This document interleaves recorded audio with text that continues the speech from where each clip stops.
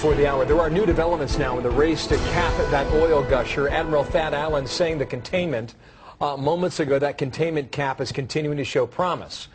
They're not home yet. In fact, they may be a long way from there. But there is word of a separate oil leak in the Gulf, and Brian Wilson's been listening. He joins us now live in D.C.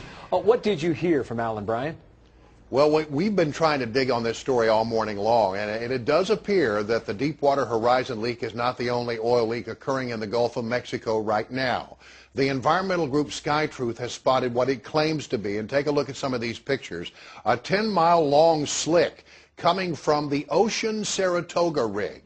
The Mobile Press-Register newspaper has a story today that claims it's seen federal documents that reveal the rig has been leaking. It's just that little spot there, but it's been leaking since April 30th. And I need to say very quickly, this is a much smaller leak, apparently, than the massive BP spill.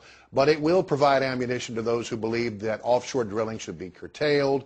Officials say they knew about this, but were not able or willing to provide additional information. Now let me turn to another front. You know, local TV stations all along the Gulf Coast seem to be reporting the same thing. They are saying that the BP crews that have been dispatched to scoop up the tar balls are not doing very much in places like Alabama, Mississippi, and Florida.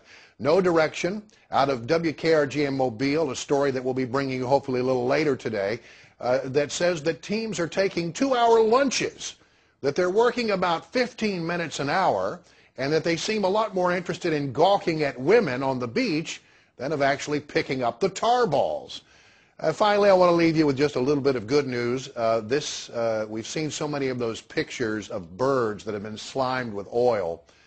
We want to show you a couple of brown pelicans who have been cleaned up and released into the wild. The pelicans were released near Miami so that they would not get back into the oil, and open the gate, and here they go. They are happy to be out of there and happy to be back in the water. They used, like you've read, they used Dawn dishwashing liquid to clean up these birds. That's a good way to finish that.